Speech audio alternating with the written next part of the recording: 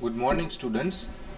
चलो अब last lecture के अंदर हमने हमारा जो कोऑर्डिनेशन कंपाउंड है लास्ट चैप्टर उसको स्टार्ट किया था और वहाँ पे वर्नस थियरी हम पढ़े थे, जहाँ पे उसने हमें दो चीज़ों के बारे में बताया था, primary valency and secondary valency. Primary valency जो आयोनाइजेबल रहती है वो पॉजिटिव एंड नेगेटिव रेडिकल से सेटिस्फाई होती है, जबकि जो सेकेंडरी वैलेंसी है वो नॉन आयोनाइजेबल यानी कि कोऑर्डिनेशन कोवेलेंट बॉन्ड से ही बनती है। कोऑर्डिनेशन नंबर होगा 4 या 6, राइट। चलो अब जो हमारा कोऑर्डिनेशन कंपाउंड है उसके सम कुछ एक नाम है, वो नाम के बारे में हमें डिटेल में इंफॉर्मेशन चाहिए, ठीक है। चलो सबसे पहला नाम है कोऑर्डिनेशन एंटिटी। बहुत ही सिंपल है, जो स्क्वायर ब्रैकेट के अंदर लिखोगे उसे कोऑर्डिनेशन एंटिटी कहते हैं, सिंपल, ठीक है। देखो, a coordination entity constitute a central metal atom और ion bonded to a fix number of ion और मॉलिक्यूल्स। फॉर एग्जांपल ये जो स्क्वायर ब्रैकेट के अंदर लिखा है वो कोऑर्डिनेशन एंटिटी हो जाए। Is a coordination entity in which cobalt ion is surrounded by 3 ammonia and 3 chlorine ions. Other examples ये रहे सारे। सिंपल मैनर में जो स्क्वायर ब्रैकेट के अंदर लिखा है वो हो जाएगा कोऑर्डिनेशन एंटिटी, ठीक है। चलो सेंट्रल एटम, स्क्वायर ब्रैकेट के अंदर आपने जो मेटल आयन लगाया वो हो जाएगा आपका सेंट्रल एटम या फिर आयन। देखो, इन अ कोऑर्डिनेशन एंटिटी यानी कि स्क्वायर ब्रैकेट, द एटम और ion in which a fixed number of ion or group are bound in a definite geometrical arrangement around it, it is called a central atom. For example, यहाँ पे देखो आपको NiCl2H2O 4 times दिया है, तो यहाँ पे Ni जो है वो आपका सेंट्रल एटम है, इसके अंदर कोबाल्ट आपका सेंट्रल एटम होगा, यहाँ पे Fe आपका सेंट्रल एटम होगा, देख लो है कि नहीं। Ni+2 central atom ion, CO+3 central ion, Fe+3 central ion. Mostly all the central atoms are refer to Lewis acid. याद रखना, सेंट्रल एटम जो है वो लुईस एसिड की तरह काम करते हैं, क्योंकि उसके साथ कुछ एक मॉलिक्यूल्स या फिर नेगेटिव रेडिकल जुड़े होते हैं जो उसको इलेक्ट्रॉन डोनेट करते हैं, कोऑर्डिनेशन कोवेलेंट बॉन्ड बनता है वहां। चलो उसके बाद हमारा थर्ड होगा लिगेंड। स्क्वायर ब्रैकेट के अंदर मेटल आयन के साथ जो आपने 4 या 6 नंबर के अंदर मॉलिक्यूल्स या फिर नेगेटिव रेडिकल्स जो लगाए हैं उसे लिगेंड कहते हैं, जो इलेक्ट्रॉन डोनेट करते हैं। देखो, द आयन्स और the molecule bound to the central atom in a coordination entity is called ligand. This may be simple ions such as Cl-, small molecule as a H2O और a larger molecule like ethane 1,2-diamine, फिर NCH2CH2NH2 thrice, यानी कि ये हो जाएगा। अभी अभी हमने अमाइंस कंप्लीट किया। चलो नाम बता दो इसका, बहुत ही सिंपल नाम बनता है। क्या नाम बनेगा?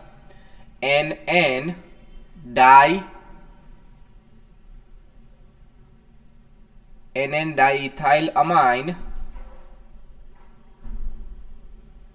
Ethane 1,2-diamine। क्लियर? और प्रोटीन जैसे मैक्रोमोलेक्यूल्स भी हो सकते हैं, यानी कि लिगेंड के रूप में कोई भी हो सकता है जो इलेक्ट्रॉन डोनेट करने के लिए कैपेबल है, वो सारे एज ए लिगेंड काम करेंगे। चलो, when a ligand is bound to the metal ion through a single donor atom, single donor atom यानी कि एक ही इलेक्ट्रॉन पे एक डोनेट होगा, तो वो हो जाएंगे यूनिडेंटेड, जैसे कि Cl-, H2O, NH3, ये सारे एक ही पेयर डोनेट करते हैं।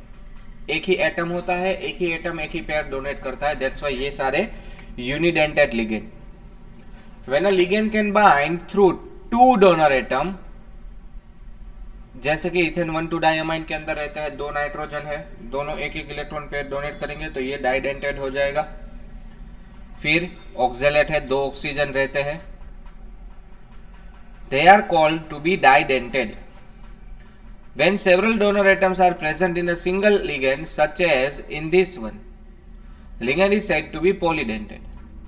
एक नाम दिया है इथिलीन 1,2 डायमाइन टेट्रा एसीटेट यानी कि EDTA, ethylene 1,2 diamine tetra acetate EDTA -4 is a important hexadentate ligand. यहाँ पे 6 सेंटर रहते हैं, 4 ऑक्सीजन और 2 नाइट्रोजन, टोटल 6 सेंटर है डोनेट करने के लिए। दैट्स वाई ये हेक्साडेंटेड लिगेंड है। It can bind through 2 nitrogen atom and 4 oxygen atom on a central metal ion. Clear? तो ये सारे आपके लिगेंड हो गए। When a di or a polydentate ligand is used, its 2 or more donor atoms simultaneously bind to a single atom. It is said to be a chelate ligand. जो ligand unidentate नहीं है और अगर डाइडेंटेड, ट्राइडेंटेड, tetradentate, hexadentate ligand को आपने आपके metal ion से join किया तो वो जो कंपाउंड बनेगा उसे किलेट कंपाउंड कहा जाता है। याद रखना। The number of such a ligating group is called a denticity of a ligand. Such a complex are called chelate complex. They are more stable than the similar complex containing unidentate ligands. Unidentate ligands से didentate ज्यादा stable, didentate से tridentate ज्यादा stable रहते हैं। Simple, जितना अच्छा chelate उतना अच्छा वो स्टेबल। ओके, उसके बाद ligand which has 2 different donor atoms और दोनों में से कोई एक ही ज्वाइन होता है तो उसे एम्बीडेंटेड लिगेंड कहा जाता है। जैसे कि NO, अगर आपने NO लिया है तो नाइट्रोजन भी डोनेटर बन सकता है, ऑक्सीजन भी बन सकता है। NO2 के अंदर भी नाइट्रोजन ऑक्सीजन दोनों एज ए डोनेटर काम करते हैं। फिर SCNS, उसके अंदर सल्फर और नाइट्रोजन दोनों एज ए डोनेटर काम कर सकते हैं, right. Example of such a ligand is NO2- यानी कि नाइट्राइटो, नाइट्रोजन से कनेक्ट होगा तो नाइट्राइटो N कहा जाएगा, ऑक्सीजन से कनेक्ट होगा तो नाइट्रोजन नाइट्राइटो O कहा जाएगा। फिर SCN- तो थायोसाइनेटो S कहा जाएगा अगर सल्फर से कनेक्ट होता है, और अगर नाइट्रोजन से कनेक्ट होता है तो थायोसाइनाइटो N कहा जाएगा। Simple. NO2- ion can coordinate either through the nitrogen or through oxygen. Similarly, SCN- can coordinate through sulfur or nitrogen. दोनों साथ में नहीं होते, दोनों में से कोई एक ही यूज होता है। That's why they are called ambidentate ligand. Okay, चलो उसके बाद है coordination number. Number of ligands या फिर number of coordination bond are called coordination number.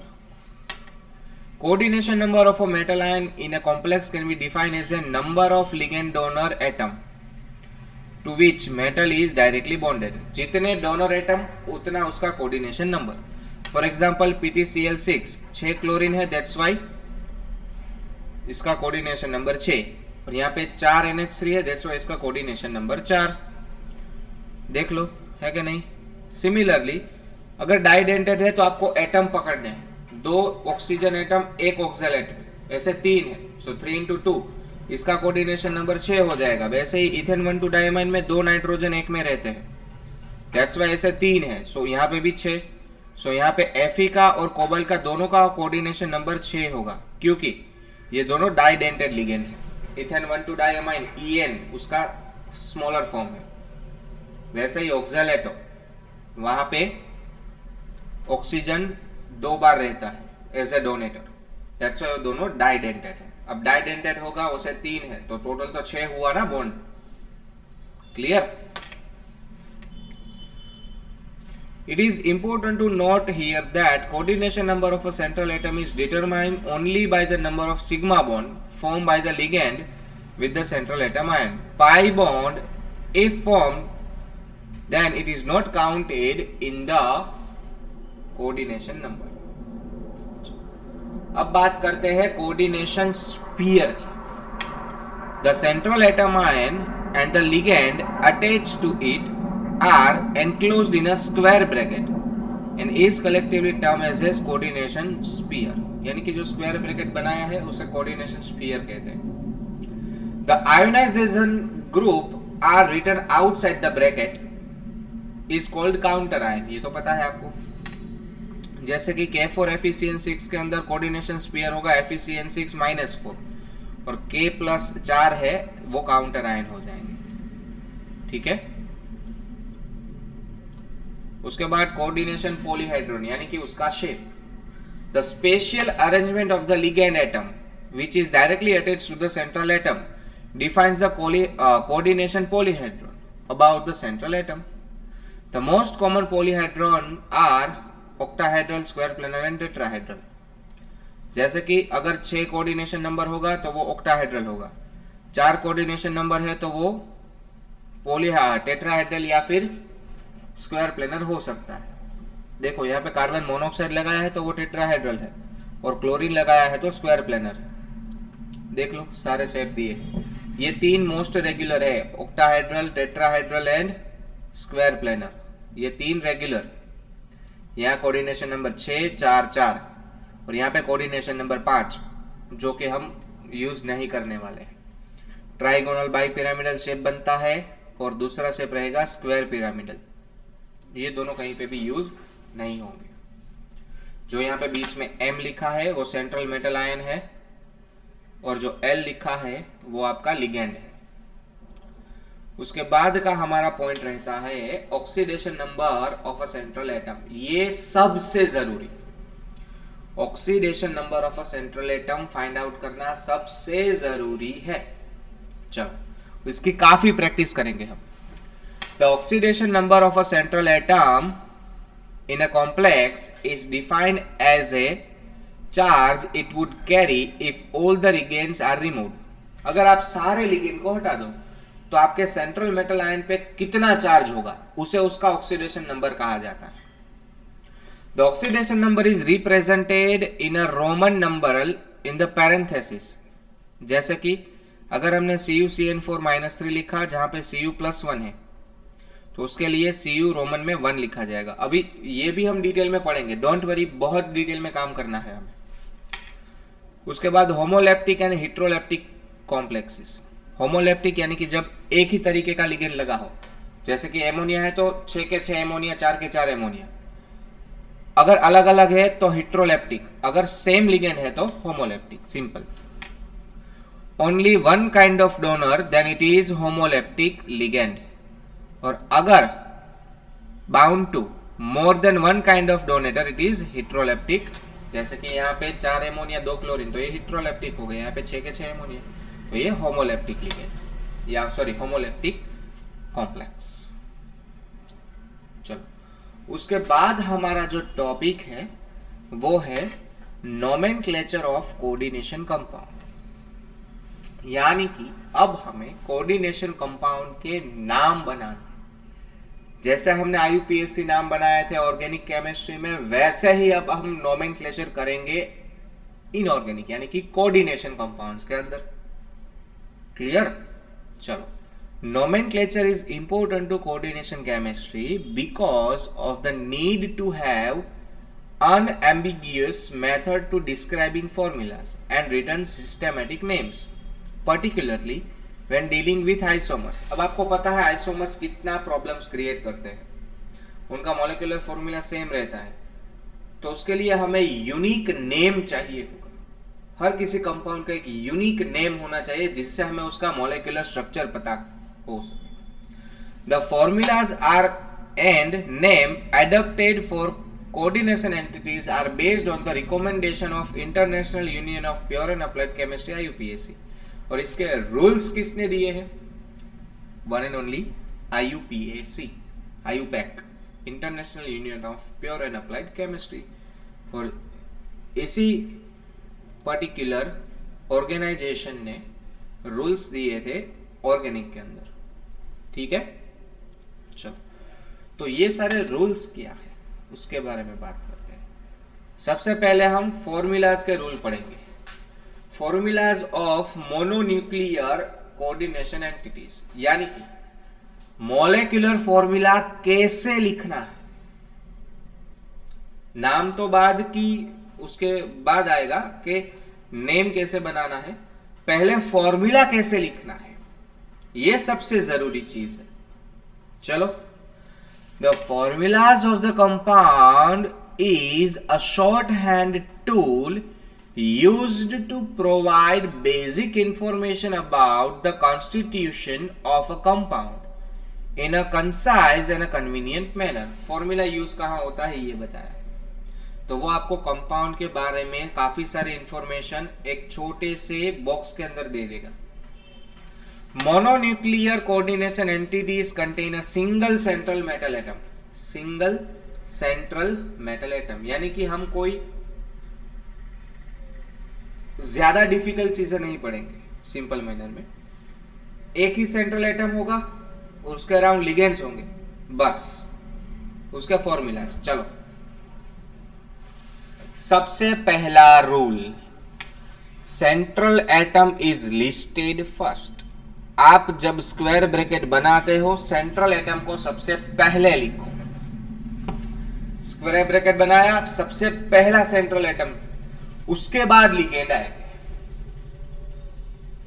ठीक है। दूसरा rule, ligands are then listed in alphabetical order. Ligands को अल्फाबेटिकल ऑर्डर में लिखना है। लिगेंड्स को अल्फाबेटिकल ऑर्डर में लिखना है, उसके नेम के अकॉर्डिंग अल्फाबेटिकल ऑर्डर होना चाहिए। The placement of the ligand in the list do not depend on its charge। कितना चार्ज है वो मैटर नहीं करता, नाम के हिसाब से अल्फाबेटिकल ऑर्डर होना चाहिए। जैसे कि एमोनिया NH3 और क्लोरीन Cl दोनों है आपके पास, तो पहले according to alphabetical order ammonia आएगा, उसके बाद आपको क्लोरीन लिखना है। That is the rule. सबसे पहले metal atom, central metal atom, उसके बाद ए वाला नाम, बी वाला नाम, सी वाला नाम, डी वाला नाम, इस तरीके से काम करना है। ठीक है। तीसरा रूल जो है, polydentate ligands are also listed alphabetically. अगर आपके पास पॉलीडेंटेड लिगेंड है तो वहां पे भी अल्फाबेटिकल ऑर्डर तो फॉलो होना ही चाहिए। In case of abbreviate ligand, the first letter of abbreviation is used to determine the position of the ligand। अब ये abbreviation ligand क्या है वो हम बात करेंगे अभी डिटेल में। इसका मतलब ये है कोई भी ligand हो, जैसा भी हो, अल्फाबेटिकल ऑर्डर फॉलो होना चाहिए, बस सिंपल एक ही रूल। पहले सेंट्रल एटम लिखो और फिर अल्फाबेटिकल ऑर्डर में ligands लिखो। The formula for the entire coordination entity, whether it is charged, it is non-charged, it is closed in the square bracket। और आपकी जो कोऑर्डिनेशन एंटिटी है उसको स्क्वायर ब्रैकेट में रखना है, चार्ज्ड हो या non charge. When ligands are polyatomic, their formulas are enclosed in parenthesis। यानी अगर आपके पास पॉलीएटॉमिक लिगेंड है तो उसको छोटे ब्रैकेट में लिखो। ठीक है। Ligands abbreviation are also enclosed in parenthesis. ऐसे लिगेंड्स जो एब्रीविएशन दिखाते हैं उसको भी स्क्वायर ब्रैकेट में लिखो। ठीक है। यानी कि सॉरी, स्क्वायर ब्रैकेट में नहीं, स्मॉल ब्रैकेट में। There should be no space between ligands and the metal ion in the coordination sphere. जब आप ये स्क्वायर ब्रैकेट लिखते हो कहीं पे स्पेस नहीं रखना है, कंटिन्यू होना चाहिए। When a formula of the charged coordination entity is to be written without that of the counter ion, the charge is indicated outside the square bracket। आपके कोऑर्डिनेशन एंटिटी का चार्ज स्क्वायर ब्रैकेट के बाहर right side ऊपर लिखा जाता है, जैसे कि यहाँ पे लिखा है, देखो -3, फिर इसके लिए +3 है कि नहीं। The charge of the cation is balanced bye anions, और एनायंस का चार्ज कैटायन से बैलेंस होगा। काउंटर आयन जो लगाओगे, अगर आपके स्क्वायर ब्रैकेट के ऊपर पॉजिटिव चार्ज है तो आपको नेगेटिव रेडिकल लगाना पड़ेगा साथ में, और अगर आपके स्क्वायर ब्रैकेट के ऊपर नेगेटिव चार्ज है तो साथ में आपको पॉजिटिव चार्ज लगाना होगा। क्लियर हुआ ना? उसका फॉर्मूला कैसे लिखना है ये क्लियर हुआ पहले तो। ठीक है, चलो। सो सबसे पहले हम कुछ एक चीजें हैं मेरे पास, उसको क्लियर करते हैं। जैसे कि मेरे पास कुछ एक लिगेंड है। देखो वर्डिंग थोड़ा गुजराती में होगा तो उसके ऊपर थोड़ा सा फोकस रखना, मैं आपको बता देता हूँ। चलो सो यहाँ से पहले मैं इसको रब कर देता हूँ, इसको निकाल देते हैं हम। ये आपकी टेक्स्ट बुक में नहीं दिया है, मेरे पास एक टेबल था पुरानी टेक्स्ट बुक से, वो मैंने लिया है यहाँ पे। मैं आपको लिख दूंगा अभी क्या लिखा है यहाँ पे, ठीक है। चलो ये चीज़ें मैं पहले निकाल देता हूँ क्या लिखा है यहाँ पे। चलो सबसे पहले साथ में करते जाते हैं, ठीक है, तो आपको एक्सप्लेन भी होगा अच्छे से। सबसे पहले यहाँ पे आपको टाइप दिया है, ठीक है, ये लिख लेना कौन से टाइप का लिगेंड है ये बताया है आपको। फिर यहाँ पे आपको लिगेंड्स दिए हैं,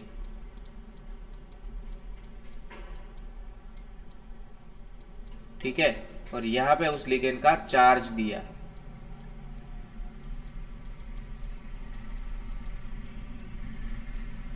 okay,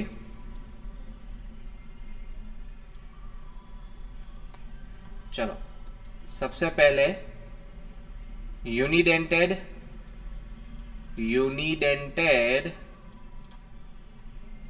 neutral ligands, unidentate neutral ligands देख लो कौन से है। H2, फिर NH3, फिर कार्बन मोनोऑक्साइड है ये, फिर नाइट्रोसिल NO, फिर है मिथेनामाइन, और ये है पिरिडीन PY, ठीक है। इन सभी के ऊपर कोई चार्ज नहीं है, सो जीरो चार्ज है, और ये न्यूट्रल लिगेंड है, यूनिडेंटेड है, ठीक है। उसके बाद यूनिडेंटेड लिगेंड अगेन, लेकिन अब हो जाएंगे negative unidentate ligand, negative unidentate ligands कौन से है हमारे पास। OH माइनस है, F minus, Cl minus, Br minus, I minus, Cn minus, NH2 minus, NO3 minus, NO2 minus, acetate minus होता है, फिर O माइनस 2, S माइनस 2, फिर NH3 माइनस 3। ये सारे यूनिडेंटेड लिगेंड है, लेकिन कैसे, नेगेटिव। अब हम बात करेंगे यूनिडेंटेड लिगेंड लेकिन पॉजिटिव, दो ही है, NO plus and NO2 plus. देखो NO न्यूट्रल भी है और प्लस में भी है, NO2 माइनस भी होता है और प्लस भी होता है, ठीक है। हम डिटेल में बात करेंगे इसके बारे में। चलो उसके बाद यहाँ से पहले गुजराती जो लिखा है वो हटा देता हूँ ताकि आपको क्लियर। ये डाइडेंटेड लिगेंड हो जाएंगे न्यूट्रल, और ये डाइडेंटेड नेगेटिव, ये ट्राइडेंटेड न्यूट्रल। चलो ये है डाइडेंटेड न्यूट्रल, ये है डाइडेंटेड नेगेटिव, ये है ट्राइडेंटेड न्यूट्रल। चलो इथेन 1,2 डाइअमाइन, शॉर्ट फॉर्म याद रखना EN, एंड प्रोपेन 1,3 डाइअमाइन यानी कि PN, ठीक है। शॉर्ट फॉर्म याद रखना PN, propane 1,3 diamine, ethane 1,2 diamine. उसके बाद डाइडेंटेड negative CO3 minus 2 डाइडेंटेड, SO4 minus 2 डाइडेंटेड। उसके बाद ऑक्जेलेटो OX उसका सिंबल है। ट्राइडेंटेड न्यूट्रल में कौन सा आएगा, बहुत ही सिंपल है, प्रोपेन 1, 2, 3 ट्राई अमाइन यानी कि PTN, प्रोपेन 1, 2, 3 ट्राई अमाइन। फिर ट्राइडेंटेड नेगेटिव, ठीक है, लिखते जाना साथ में, ट्राइडेंटेड नेगेटिव, ये न्यूट्रल। उसमें PO4 माइनस 3 आएगा, आर्सेनेट माइनस 3 आएगा। उसके बाद हेक्साडेंटेड नेगेटिव, वो तो पता है आपको EDTA है, राइट। चलो हेक्साडेंटेड नेगेटिव, तो ये सारे आपको लिगेंड्स बताए हैं। इतने लिगेंड्स आपको नोमेनक्लेचर में यूज करने होंगे EDTA।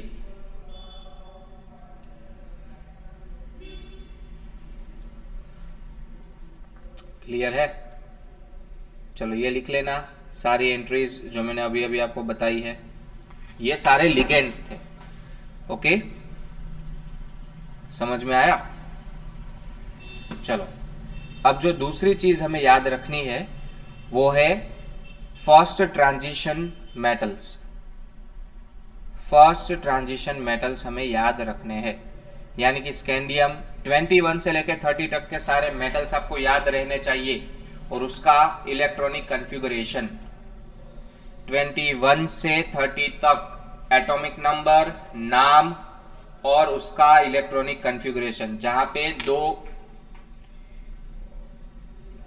अपसेट थे, क्रोमियम 3d5 4s1 हो जाता है, कॉपर 3d10 4s1 हो जाता है, you know that. Chromium 24, copper 29, ठीक है। Scandium titanium vanadium, chromium manganese iron, cobalt nickel copper and zinc. DNF से ये आया था फर्स्ट ट्रांजिशन मेटल्स। ये याद रखने हैं, याद रखना है सारा, ठीक है।